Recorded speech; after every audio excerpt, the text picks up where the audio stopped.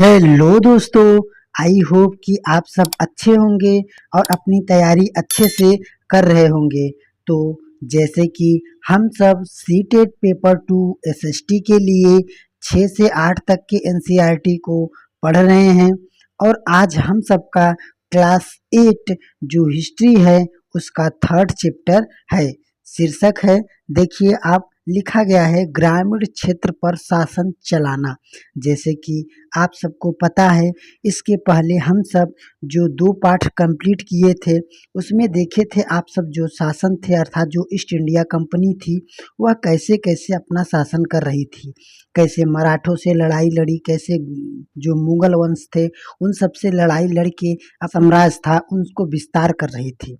तो देखिए दोस्तों, आज हम पढ़ेंगे कि अब जो ईस्ट इंडिया कंपनी है, वह ग्रामीण में भी कैसे अपने ग्रामीण क्षेत्र में भी कैसे शासन चला रही है। गया है कि जो यहाँ पर देखिए है कि 1765 में रॉबर्ट्स क्लाइव, कौन?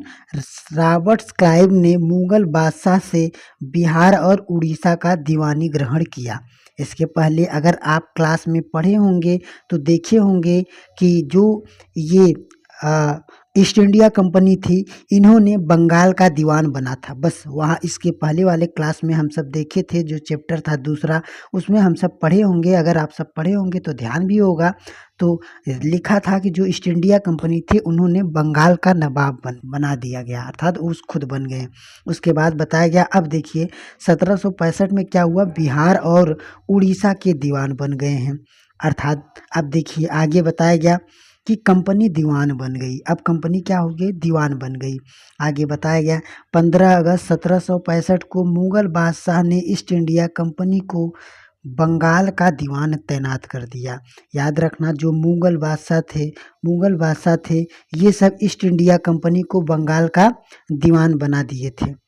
आगे है कि इस बात की पूरी संभावना है कि घटना मुट्ठी भर अंग्रेज और हिंदुस्तानियों की मौजूदगी में रॉबर्ट्स क्लाइव ने तंबू तंबू में झंडी न घंटी लगा दी न। याद रखना, ऐसा है कि जो रॉबर्ट्स क्लाइव थे, ऐसा माना गया कि वह तंबू में घंटी लगा दिए। आगे बताया गया, लेकिन ऊपर दिए गए चित्र में इस घटना को एक भव्य समारोह के रूप में दिखाया गया है।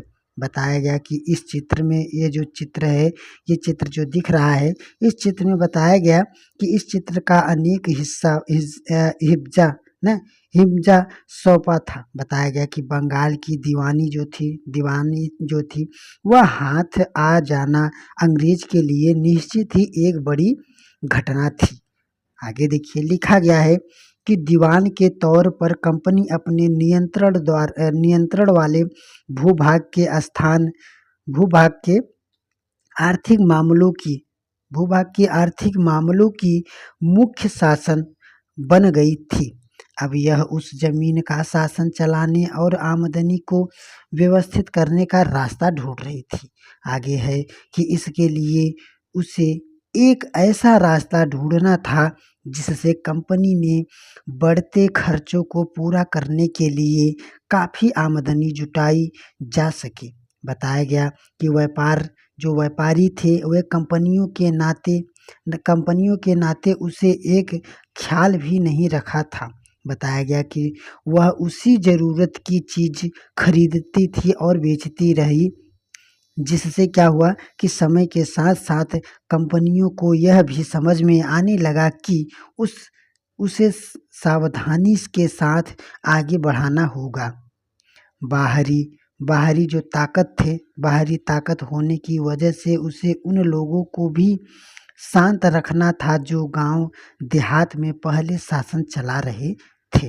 देखिए, उन्होंने जो अंग्रेज़ थे, ईस्ट इंडिया कंपनी थी, उन्होंने भी ऐसा सोचा कि अब जितना हो गया हो गया। अब क्या हुआ कि अब वह गाँव के शासन को भी अपने अंडर में लेना चाहते थे। आगे देखिए, बताया गया गाँव देहात में शासन चला चुके थे और जिनके पास अभी भी काफ़ी ताकत और सम्मान था, ऐसे जो लोग स्थानीय सत्ता में रह चुके थे। उन्हें नियंत्रण करना तो जरूर था, लेकिन उन्हें खत्म नहीं किया जा सकता था। यह काम कैसे हो, यह अध्याय में हम पढ़ेंगे।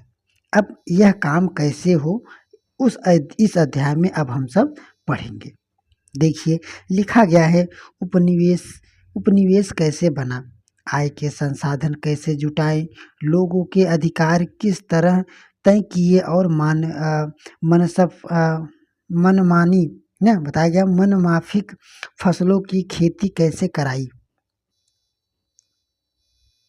देखिए यहाँ पर है कंपनी ने आमदनी या कंपनी की आमदनी। तो देखिए लिखा गया है, कंपनी दीवान तो बन गई थी, लेकिन अभी भी दुख को यह व्यापारी बताया गया, दुख को यह व्यापारी ही मानती थी, अर्थात यह व्यापार ही मानती थी। देखिए दोस्तों,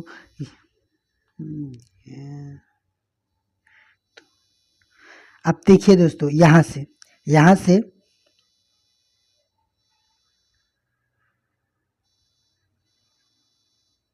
देखिए दोस्तों, यहाँ से कि कंपनी की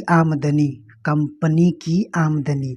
देखिए लिखा है, कंपनी दीवान तो बन गई थी, लेकिन अभी भी खुद को एक व्यापारी ही मानती थी। कंपनी भारी भरकम लगान तो चाहती थी, लेकिन उसके अलावा और वसूली की कोई नियमित व्यवस्था करने में दिलचस्पी नहीं रही। बताया गया, उसकी जो कोशिश यही थी कि वह ज़्यादा से ज़्यादा राजस्व हासिल अर्थात टैक्स असूले और कम से कम कीमत पर बढ़िया सूती रेशमी कपड़ा खरीदे। और इस कारण 5 साल के भीतर क्या हुआ, बंगाल में कंपनी द्वारा खरीदी जाने वाली चीज़ों का कुल मूल्य दोगुना हो चुका था। आगे बताया गया कि 1765 से पहली कंपनी ब्रिटेन से सोना और चांदी का आयात करती थी। इसके पहले वाले क्लास में हम सब पढ़े थे कि जब ईस्ट इंडिया कंपनी आई तो वहाँ ब्रिटेन से वह सोने और चांदी लाती थी और उसी को यहाँ पर बेचकर यहाँ के सूती कपड़े, जो काला मिर्च था और दालचीनी था आदि सभी वस्तुओं को, इलायची को, आदि सभी वस्तुओं को यहाँ से लेकर ब्रिटेन या यूरोप ले जाकर बेचती थी। आगे बताया गया, और इन चीज़ों के बदले सामान खरीदती थी। अब बंगाल में इकट्ठा होने वाले पैसे से ही निर्यात के लिए चीज़ें खरीदी जा सकती थी। आगे बताया गया, जल्दी ही यह जाहिर हो गया कि बंगाल की अर्थव्यवस्था एक गहरे संकट में फंसती जा रही है। कारीगर गांव छोड़कर भाग रहे थे, क्योंकि उन्हें बहुत कम कीमत पर अपनी चीजें कंपनी को जबरन बेचनी पड़ती थी। किसान अपना लगान नहीं चुका पा रहे थे, कारीगरों का उत्पादन गिर रहा था और खेती चौपट हो रही थी। आगे देखिए बताया गया, यहाँ पर लिखा गया है, बंगाल स्थित मुर्शिदाबाद का एक साप्ताहिक हाट अर्थात बाजार यहाँ पर आपको दिखाया गया है कि देखिए कैसे पूरा बाजार में सब वस्तुएं तो दिख रही हैं पर लोग नहीं दिख रहे हैं, बस इतना समझिए और इसमें ज़्यादा कुछ नहीं है। आगे देखिए लिखा गया है कि यहाँ पर देखिए, यहाँ पर क्या हुआ कि चौपट हो गई, जो फसलें होती थी, खेती होती थी, वह चौपट हो गई। आगे बताया गया, दिशा में बढ़ रही थी, चौपट की दिशा में बढ़ रही थी। 1770 में पड़े अकाल के बंगाल में 1 करोड़ लोग, क्या बताया गया, अर्थात 1 करोड़ लोग को मौत की नींद सुला दिया। इस अकाल में लगभग 1/3 आबादी जो हुई वह समाप्त हो गई। आगे बताया गया कि खेती में सुधार की जरूरत, याद रखना अब क्या हुआ, खेती में सुधार की जरूरत। तो आगे देखिए लिखा गया है, अगर अर्थव्यवस्था संकट में थी तो क्या कंपनी अपनी राजस्व आय के बारे में आश्वस्त रह सकती थी। कंपनी के ज़्यादातर अफसरों को यह लगता था कि जमीन में निवेश करना अर्थात खर्च करना और खेती में सुधार लाना जरूरी है। आगे बताया गया कि यह काम किस तरह किया जा सकता था। यह सवाल 2 दशक तक क्या हुआ, बहस चलती रही। बताया गया आखिरकार कंपनी ने 1793 में अस्थाई बंदोबस्त लागू किया। याद रखना दोस्तों, अब यहाँ से आप सबका सिस्टम अर्थात जो प्रश्न का सिस्टम है वह चालू हो गया है। तो देखिए अस्थाई बंदोबस्त क्या है। लिखा गया कि सन 1793 ईस्वी में अस्थाई बंदोबस्त उन्होंने चालू किया। तो देखिए लिखा है, इस बंदोबस्त की शर्त से हिसाब से राजाओं और तालुकदारों को जमींदार के रूप में मान्यता थी। अर्थात ये जो अस्थाई बंदोबस्त था, तो इसमें क्या था, जो तालुकदार और राजा लोग थे इन्हें मान्यता प्राप्त थी। आगे बताया गया उन्हें किसान के लगान वसूलने और कंपनी को राजस्व चुकाने का जिम्मा सौंपा गया। किसे, याद रखना, ये जो अस्थाई बंदोबस्त में किसे, तो राजा को, और जो राजा थे और तालुकदार अर्थात जो राजा से ताल्लुकदार रखते थे उन सबको बताया गया कि आप सब किसानों से कर वसूल कर कंपनी को देंगे। आगे बताया गया कि उनकी ओर से चुकाई जाने वाली राशि अस्थायी रूप से होगी, अस्थायी रूप से होगी, तय की जाएगी या तय की गई रहेगी। आगे बताया गया इसका मतलब था कि भविष्य में कभी उसमें क्या करेगा कि इजाफा अर्थात फेर बदलाव नहीं कर सकते हैं। आगे बताया गया, देखिए दोस्तों समझ पा रहे होंगे आप, तो यहाँ पर देखिए बताया गया अस्थाई बंदोबस्त ये था कि इसमें देखिए राजा और जो ताल्लुकदार थे वो किसानों से वसूल करते थे और कंपनी को देते थे। इसमें नियम था कि इसमें क्या था, एक अस्थाई बंदोबस्त, अस्थाई जैसे नाम से ही पता है, अस्थाई अर्थात कोई आप एकदम एक निर्धारित कर देते थे कि ये 100 रुपये ही लेना है, 1000 लेना है तो 1000 ही लेना है, अर्थात इसमें कभी फिर फेरबदल नहीं हो सकता था। आगे बताया गया, देखिए लिखा गया है इसका मतलब यह था कि भविष्य में कभी भी उसमें इजाफा नहीं किया जा सकता था। अंग्रेजों को लगता था कि इससे उन्हें नियमित रूप से राजस्व मिलता रहेगा और जमींदारों को जमीन में सुधार के लिए खर्च करना और प्रोत्साहन मिलेगा। उन्हें लगता था कि क्योंकि राज्य की ओर से राजस्व की मांग बढ़ने वाली नहीं थी, इसलिए जमींदार बढ़ते उत्पादन के फायदे में रहेंगे। आगे बताया गया, देखिए यहाँ पर आप देख सकते हैं, चार्ल्स कॉर्नवालिस ने जिस समय अस्थाई बंदोबस्त लागू किया, याद रखना किसने, तो ये अस्थाई बंदोबस्त चार्ल्स चार्ल्स कॉर्नवालिस ने लागू किया था। तो ये एकदम ध्यान से कि अस्थाई बंदोबस्त किसने लागू किया, तो चार्ल्स कॉर्नवालिस ने, याद रखना। आगे देखिए लिखा गया कि समस्या, तो अब देखिए अब अस्थाई बंदोबस्त हो गया, फिर अब अस्थाई बंदोबस्त से क्या क्या समस्याएं उत्पन्न हुई। तो देखिए लिखा गया है, देखिए मगर जो अस्थाई बंदोबस्त ने समस्या पैदा कर दिया। अंग्रेज क्या सोचे, उन्होंने ये सोचा कि अस्थाई बंदोबस्त हम लागू कर देंगे, कोई एक निश्चित हम पैसा वसूलेंगे और सबको क्या होगा, लाभ होगा और सब लोग अपना भूमि का उर्वरकता शक्ति बढ़ाएंगे, अर्थात भूमि के लिए अपना कुछ न कुछ कर लेंगे, हमें करने की ज़रूरत ही नहीं पड़ेगी। पर क्या हुआ, अब देखिए समस्या हो गया, उल्टा हो गया। बताया गया कि मगर अस्थाई बंदोबस्त में भी समस्या पैदा हो गया। बताया गया कंपनी के अफसरों ने पाया कि अभी भी जमींदार थे ज़मीन की सुधार में खर्च नहीं कर रहे थे। असल में कंपनी ने जो राजस्व तय किया था वह इतना ज़्यादा था कि उनको चुकाने में जमींदारों को भारी परेशानी हो रही थी। जो जमींदार राजस्व चुकाने में विफल हो जाता था उनकी जमींदारी छीन ली जाती थी। बहुत सारे जमींदारों को कंपनी बाकायदा नीलाम भी कर चुकी थी। आगे बताया गया 19वीं सदी के पहले दशक तक हालात बदल चुके थे, अर्थात जब तक 19वीं सदी आया तब तक क्या हुआ, हालात अब बदल चुके थे। बताया गया बाजार में कीमत थे बढ़ी और धीरे धीरे खेती का विस्तार होने लगा। इससे जमींदारों की आमदनी में तो सुधार आया लेकिन कंपनी को कोई फायदा नहीं हुआ। क्यों नहीं हुआ, क्योंकि कंपनी तो हमेशा के लिए राजस्व तय कर चुकी थी कि हम इतना ही लेंगे जितना भी तय की हो। आगे बताया गया कि जमींदार, यहाँ पर देखिए लिखा गया कि धीरे धीरे यहाँ पर लिखा गया कि देखिए जमींदारों में आमदनी का सुधार आया, लेकिन कंपनी को कोई भी फायदा नहीं हुआ, क्योंकि बताया गया कंपनी तो पहले से ही राजस्व का जो कर था उसको तय कर चुकी थी। अब वह राजस्व में वृद्धि नहीं कर सकती थी, लेकिन जमींदारों को अभी भी जमीन की बेहतरीन बेहतरीन कोई दिलचस्पी नहीं थी। बताया गया इनमें से कुछ तो बंदोबस्त के शुरुआती सालों में ही अपनी जमीन गंवा चुके थे। जो बच गए थे उन्हें भी बिना निवेश को खतरा उठाए आमदनी की जिम्मेदारी सौंप दे रही थी। तब तक जमींदार किसानों को जमींदार जो जमीन देकर उसने क्या किया, लगान वसूल सकते थे। उन्हें जमीन में सुधार की परवाह नहीं थी। बताया गया दूसरी तरफ गांव में किसानों को यह व्यवस्था बहुत दमनकारी दिखाई दिया।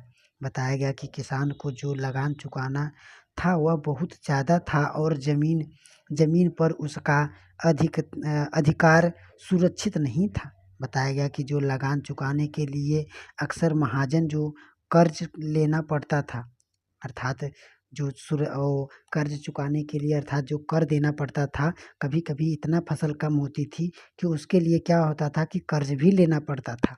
आगे बताया गया अगर वह लगान नहीं चुका पाता तो उसे पुश्तैनी जमीन से बेदखल कर दिया जाता था, अर्थात उनकी जमीन को ले लिया जाता था। याद रखना, देखिए एक महाल है। अब महल देखिए यहाँ पर आगे पढ़ेंगे तो ये महल बंदोबस्त है आगे। तो देखिए यहाँ पर देखिए बंगाल की रैयतों पर कोलब्रुक का कथन। तो देखिए लिखा गया है कि बंगाल के बहुत सारे गांवों में कई ताकतवर रैवत खुद खेती नहीं करते थे।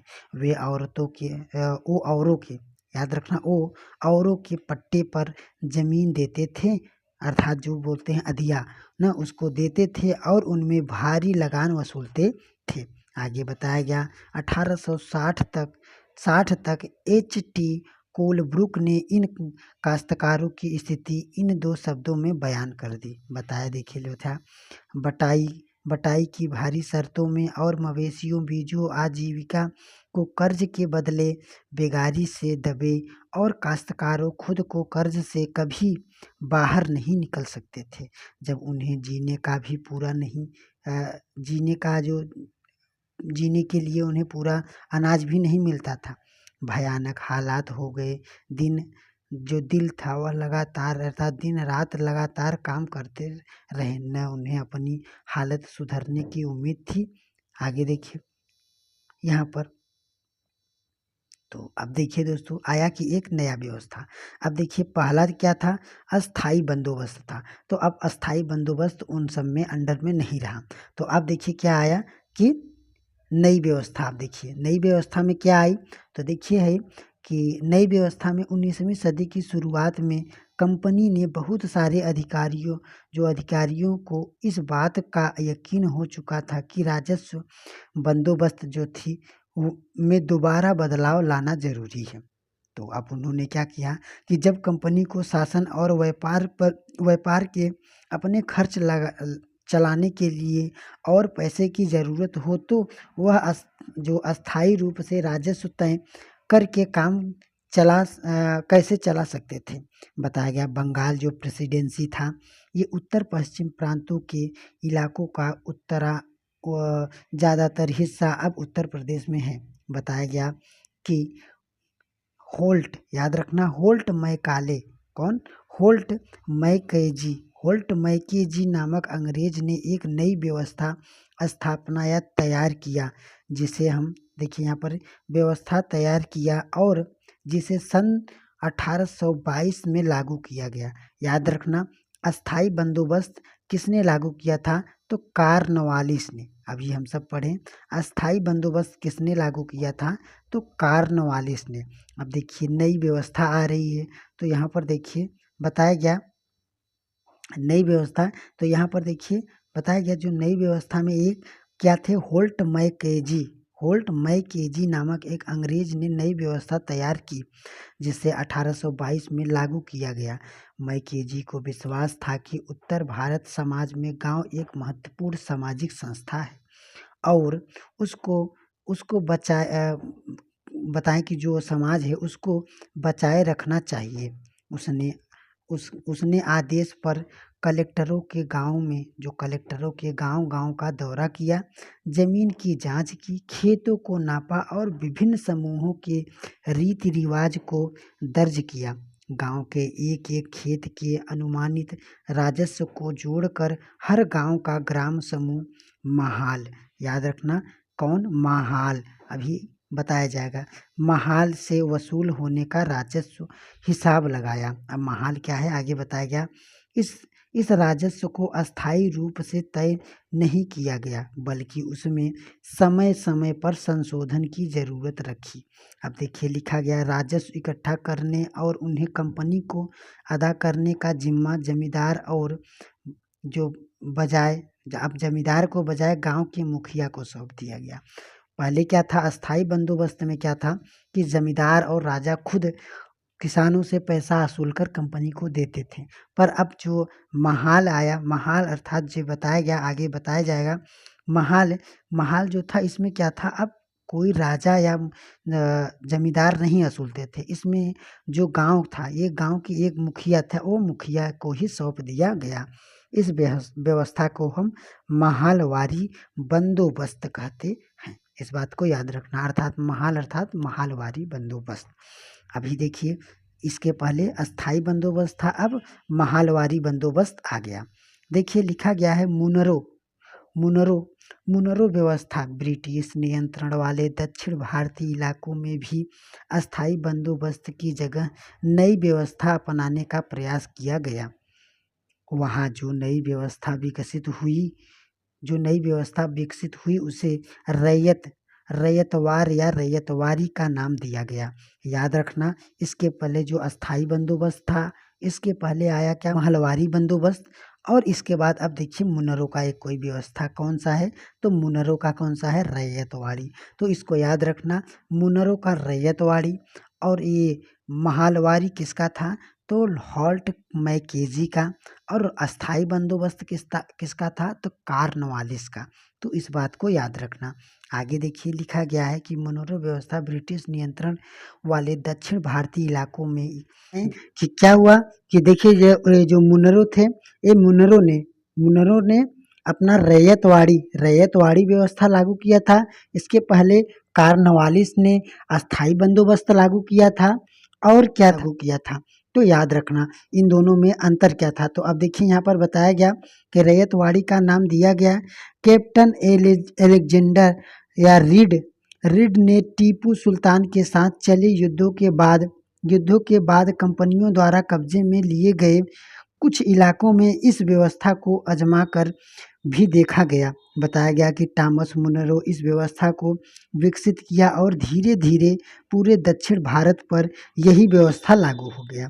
पूरे दक्षिण भारत पर ऐसे पूछे जाएगा, बार बार याद रखना, कभी कभी पूछता है कि पूरे दक्षिण भारत में कौन सी व्यवस्था लागू हुआ, तो ये मुनरों की रैयतवाड़ी व्यवस्था। आगे बताया गया रीड और मुनरों को लगता था कि दक्षिण में परंपरागत जमींदार नहीं थे, इसलिए उनका तर्क यह था कि उन्हें सीधे किसानों को रैयत से ही बंदोबस्त करना चाहिए, जो पीढ़ियों से जमीन पर खेती करते आ रहे हैं।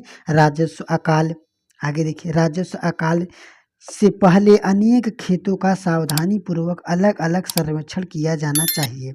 मुनरों का मानना था कि अंग्रेजों को पिता की भांति किसानों की रक्षा करनी चाहिए। देख लीजिए दोस्तों, इस वाक्य जो है बार बार पूछा जाता है, तो याद रखना पूछा जाता है कि किस अंग्रेज का मानना था कि किसानों को, जो किसान हैं उनको पिता के समान क्या उनकी रक्षा करना चाहिए। तो याद रखना कौन थे, मुनरों ने, उनका ऐसा मानना था कि जो किसान है उनको पिता के समान उनकी रक्षा करनी चाहिए। आगे देखिए लिखा गया है सब कुछ ठीक नहीं था। देखिए यहाँ पर है कि सब कुछ ठीक नहीं था। अब देखिए इसमें क्या है, बताया गया कि नई व्यवस्था लागू होने के बाद क्या हुआ, महज कुछ सालों में, अर्थात कुछ सालों में ही के भीतर क्या हुआ, उनमें से समस्याएं दिखाई देने लगी। जमींदार जो जमीन से होने वाली जो आमदनी थी, बढ़ने के चक्कर में राजस्व अधिकारी जो थे बहुत ज़्यादा राजस्व तय कर दिए। किसान जो थे राजस्व चुका नहीं पा रहे थे। रैयत थे, रैयत ने गांव से भाग रहे थे। बहुत सारे क्षेत्र में गांव वीरान हो गए थे और बताया गया आशावादी अफसरों की उम्मीद थी कि नई व्यवस्था किसानों को संपन्न या उद्यमीशील किसान बना देगी। लेकिन क्या हुआ, बताया गया लेकिन ऐसा नहीं हुआ। बताया गया, अब देखिए लिखा गया यूरोप की फसल। देखिए लिखा गया कि अंग्रेज ने यह भी महसूस किया कि ग्रामीण इलाकों ने केवल राजस्व प्रदान कर सकती है, बल्कि वह यूरोप की ज़रूरतों के हिसाब से सही सही फसल भी पैदा कर सकती है। 18वीं सदी के आखिरी तक कंपनी ने अफीम कितने कौन कौन से कंपनी ने क्या किया, अफीम और नील, याद रखना कौन कौन से, अफीम और नील, अफीम और नील की खेती पर पूरा जोर लगा दिया। इसके बाद लगभग 150 साल तक अंग्रेज देश के विभिन्न भागों में किसी न किसी फसल के लिए किसानों को मजबूर करते रहे। बंगाल में पटसन, याद रखना दोस्तों ध्यान से। अब देखिए यहाँ पर पूछा जाता है कि बंगाल में क्या, तो बंगाल में पटसन, असम में चाय, संयुक्त प्रांत उत्तर प्रदेश में गन्ना, कहाँ पर, उत्तर प्रदेश में गन्ना, बंगाल में पटसन, असम में चाय। आगे देखिए लिखा गया है, आगे है देखिए पंजाब में गेहूँ, महाराष्ट्र और पंजाब में कपास, मद्रास में चावल। तो इन बातों को याद रखना। तो फिर से देखिए, बंगाल में पटसन, असम में चाय, संयुक्त राज्य प्रांत या उत्तर प्रदेश में गन्ना, पंजाब में गेहूं और महाराष्ट्र पंजाब ये दोनों और में कपास और मद्रास में चावल, इन सब की खेती होती थी। आगे देखिए बताया गया कि यह कैसे किया जाए। अंग्रेज ने अपनी ज़रूरत की फसलों की खेती को फैलाने के लिए कई तरीके अपनाए। आइए इस तरह की फसल उत्पादन ऐसी ही एक पद्धति अच्छी तरह समझिए।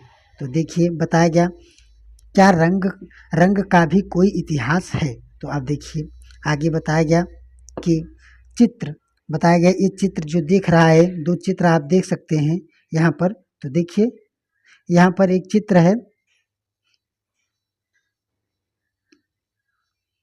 देखिए यहाँ पर ये 2 चित्र है, एक चित्र है। तो यहाँ पर देखिए वो सेम वही कलर है, बस थोड़ा गाढ़ा और थोड़ा हल्का है। तो देखिए यहाँ पर बताया गया कि 5 और 6 में सूती कपड़े से छापों की 2 तस्वीर दी गई है। बाईं तरफ जो बताया गया कि ये जो बाईं तरफ है, बताया गया जो बाईं तरफ है तस्वीर है वह भारत के आंध्र प्रदेश के बुनकरों द्वारा बनाई गई थी ना। आगे बताया गया कलमकारी छापे दिखाई गई है। दूसरी तरफ जो ब्रिटेन की प्रसिद्ध कवि कलाकार विलियम मार्शल द्वारा बनाया गया था। बताया गया कि फूल वाले, देखिए लिखा गया है फूल वाले छापे हैं, दोनों छापों में एक बात समान है, दोनों में ही गहरे नीले रंग का इस्तेमाल किया गया है। इस आमतौर पर नीला कहा जाता है। क्या आप जानते हैं कि रंग किस तरह पैदा होता है? तो अब देखिए रंग कैसे बना जाता है। बताया गया कि इन छापों में आपको जो नीला रंग दिखाई दे रहा है वह नील नाम का एक पौधा होता है। तो याद रखना जो नीला रंग है वह नील नाम का एक पौधा होता है। बताया गया इस बात की काफ़ी संभावना है कि 19वीं सदी के ब्रिटेन में मॉर्सिक के छापों में इस्तेमाल किया गया नीला रंग भारत में उगने वाला नील के पौधों से ही तैयार की गया था। आगे बताया उस समय भारत दुनिया में नील का सबसे बड़ा स्रोत था।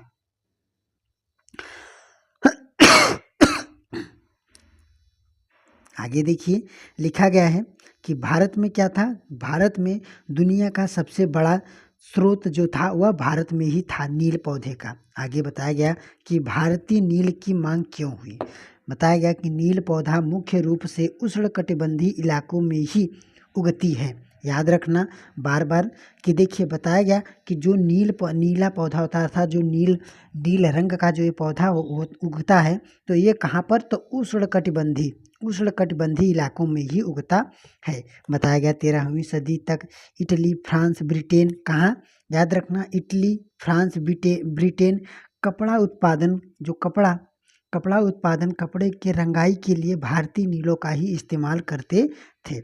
आगे बताया गया उस समय भारतीय नील बहुत थोड़ी मात्रा में यूरोपीय बाजार में पहुंच पाती थी।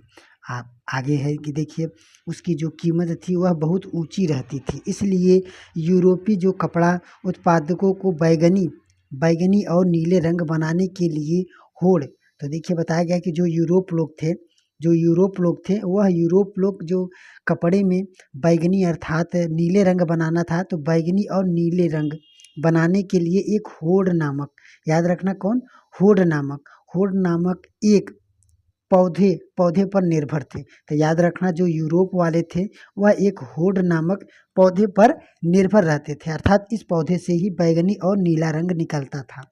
और यहाँ पर भारत में क्या था, तो नील पौधा था, और यूरोप में क्या था, तो यूरोप में होड़ पौधा था। इसको याद रखना। आगे देखिए है कि और पौधे पर निर्भर रहना पड़ता था। होड़ पौधा शीतोष्ण क्षेत्र में उगता है। तो याद रखना जो होड़ है, होड़ होड़ ये पौधा ये होड़ पौधे से ही बैगनी और नीला रंग निकलता था, यूरोप में पाया जाता था। और जो नील पौधा था वह उष्णकटिबंधीय इलाकों में और भारत में पाया जाता था। आगे बताया गया इसलिए यूरोप में आसानी से मिल जाता था। उत्तरी इटली, दक्षिणी फ्रांस व जर्मनी, ब्रिटेन के कई हिस्सों में यह पौधा उगता था। नील के साथ प्रतिस्पर्धा या स्पर्धा परेशान यूरोप ने होड़ थे उत्पादन ने अपनी सरकार पर दबाव डाला कि जो हाँ वो यूरोप की सरकार से क्या किया, दबाव डाला कि नील के जो आयात थे उस पर पाबंदी लगाया जाए, अर्थात यहाँ पर नील न आया जाए। आगे बताया गया मगर क्या हुआ, कपड़े को रंगने वाले तो नील को ही पसंद करते थे। नील से बहुत चमकदार नीला रंग मिलता था, जबकि जो होड़ से मिलने वाला रंग जो था वह बेकार, बताया गया कि बेजान का मतलब बेजार और फीका था। 17वीं सदी तक आते आते यूरोपीय कपड़ा उत्पादनों के नील के आयात पर लगी पाबंदी में ढील दी, अर्थात जो पाबंदी थोड़ा बहुत लगी थी उसको भी ढील दिया, अर्थात स्वतंत्र कर दिया। उनने बताया कि अपनी सरकारों में, जो उनकी सरकार थी उसने सरकारों में शाही कर दिया न जारी कर दिया कि कैरिबियाई द्वीप समूह स्थित सेंट या डोमिंग ने फ्रांसीसी, ब्राजील में पुर्तगाली, जमैका में ब्रिटेन और वेनेजुएला में स्पेनिश लोग नील की खेती करने लगे। आगे बताया गया कि अमेरिका के भी बहुत सारे भाग में नील की बागान होने लगी। याद रखना अमेरिका में भी कभी कभी पूछ सकता है, तो याद रखना अमेरिका में भी क्या हुआ, नील का बागान की खेती होने लगी। बताया गया 18वीं शताब्दी के आखिरी तक भारतीय जो नील था वह मांग क्या हुआ, बढ़ गई। ब्रिटेन के औद्योगिकरण का युग शुरू हो चुका था और उसने कपास उत्पादन में भारी इजाफा हुआ। जब कपड़ों की रंगाई की मांग और तेजी से बढ़ने लगी तब नील की मांग बढ़ी। उसी दौरान वेस्टइंडीज और अमेरिका से मिलने वाला आपूर्ति अनेक कारणों पर बंद हो गया। 1883 और 1889 के बीच दुनिया का नील उत्पादन आधा रह गया था। ब्रिटेन के रंग रे और बताया गया अब नीला रंग था आपूर्ति के लिए बेचैन से किसी भी स्रोत पर तलाश रही थी। यहाँ पर देखिए लिखा गया है, देखिए बागान क्या होता है, तो बताया गया एक विशाल खेत जिस पर बागान मालिक बहुत सारे लोगों से जबरन काम करवाता है। तो याद रखना, बागान का मतलब क्या होता है कि एक खेत, बहुत विशाल खेत होता है, और बागान का मतलब वहाँ पर लोगों को जबरन काम कराया जाता है। काफ़ी गन्ना, तम्बाकू, चाय, कपास आदि विषयों पर बागान वहाँ पर खेती कराया जाता है। देखिए यहाँ पर है कि ब्रिटेन ने बढ़ाई दिलचस्पी। भारत ने ब्रिटेन में बढ़ाई दिलचस्पी। तो चलिए दोस्तों, अब ये इतना जो बचा है इसको कल पढ़कर और हम सब PYQ करेंगे। तो चलिए मिलते हैं अब इसी चैप्टर के अगले वीडियो में।